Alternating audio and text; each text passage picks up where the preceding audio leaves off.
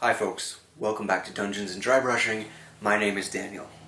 If you've watched some of my previous videos, you might know that I did a review and unboxing of the Frameworks Orc box set. Today we're going to be painting up the orc that I made in that video.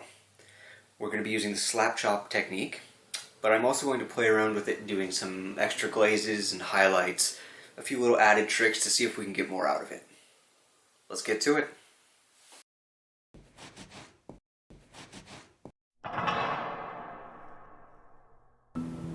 I have started the orc with a black base coat, over which I'm applying a medium grey dry brush. I'm using Dungeon Grey from Army Painter. Once this is fully dried, I'm going to come back in with an off-white. In this case, I'll be using Drake Tooth, also from Army Painter. And then I'll go over that with AK White. I'm just going to highlight the very top-facing edges on that pass, since this is the brightest highlight we'll be applying for now. Once fully dry, I come in to paint the orc's skin. D&D orcs can range from grey to green, and I've decided to stick with a more grey tone for this one, so I'm using the Runic Grey speed paint for his skin. We're going to warm that up later with some washes and glazes. For now though, I'm going to move on to adding base coats to everything else, starting with his weapon, since that's actually where we're going to be doing the most work outside of the skin.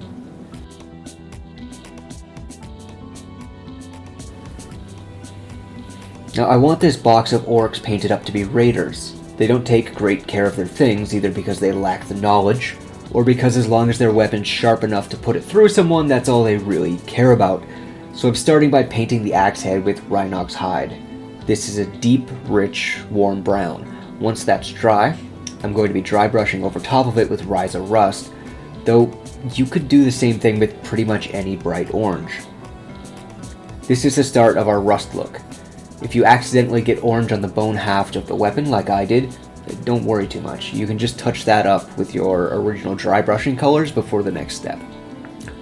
To highlight the blade of the axe, I'm going to start with dark silver, using brush strokes that go inward down the head of the axe, but not too far, and I actually want them to be uneven. Like these are just areas where the rust has been scraped off by repeatedly swinging the blade through someone else's armor. And finally, I use the same type of brush strokes but with a bright silver, but only right at the very edge to show where it's sharpest. Then I just touch up any mistakes and add a bit of skeleton horde contrast to the haft of the weapon.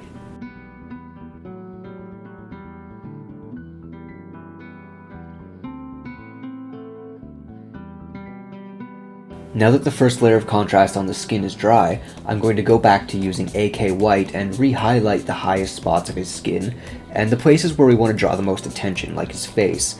Now this is just a small highlight, and then we're actually going to add another layer of speed paint over top. Speed paints can reactivate if you haven't left them to dry long enough.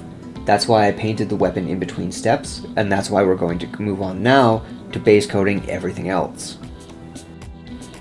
I've picked out a brown for his shirt, red for the tassets and the leather that's wrapped around his weapon and his legs, black for his hair, and all of the metal gets the same dark silver we used earlier, highlighted with the same light silver. And the grim trophy he has at his side is just going to get a quick contrast flesh tone and a bit of color on the hair and beard. We are going to come back to that later though and add some flair to it.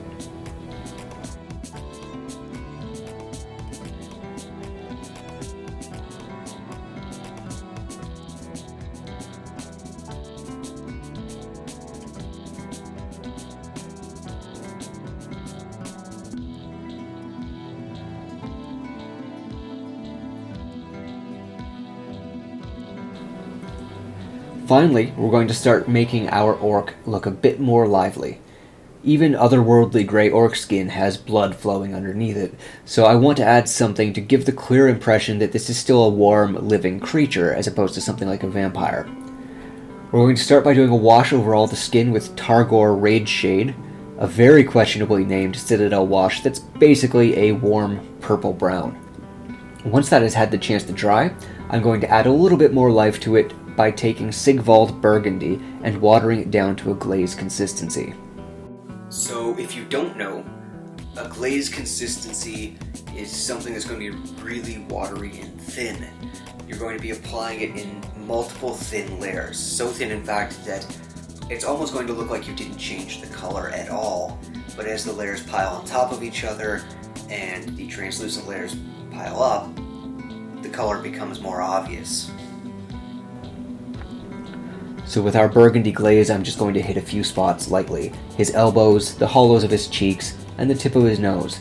You can put as many layers on as you like until you're satisfied with the results, but I'd recommend keeping it subtle.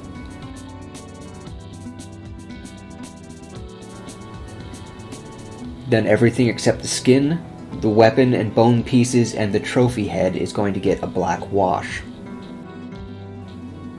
So you could highlight up from here on like the shirt and tassets again to get brighter highlights, but I just don't think it's necessary when using the slap chop technique.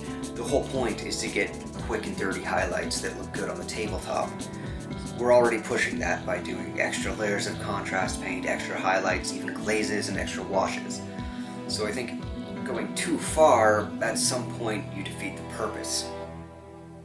He does, however, have that human head trophy. I wouldn't mind adding a little bit of extra to that, even if I don't want to think too hard about what he's going to use it for.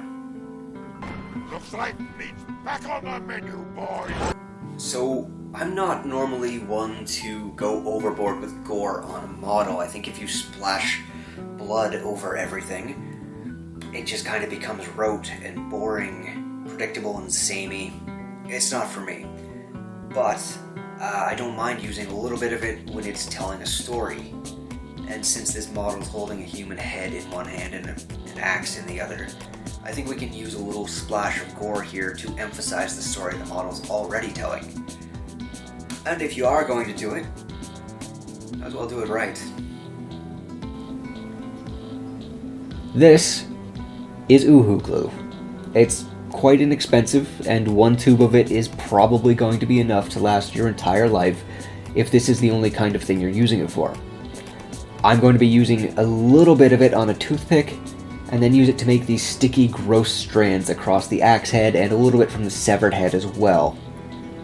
Once that's dry, all you have to do to turn it into some truly nasty gore is add a bit of the technical paint, Blood for the Blood God.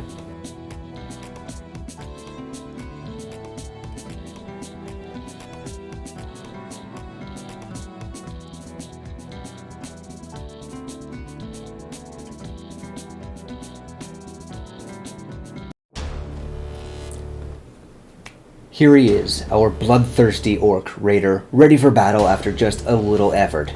But of course orc raiders rarely come alone. So it's only natural that he's here with the rest of the box set painted up and ready to do some damage.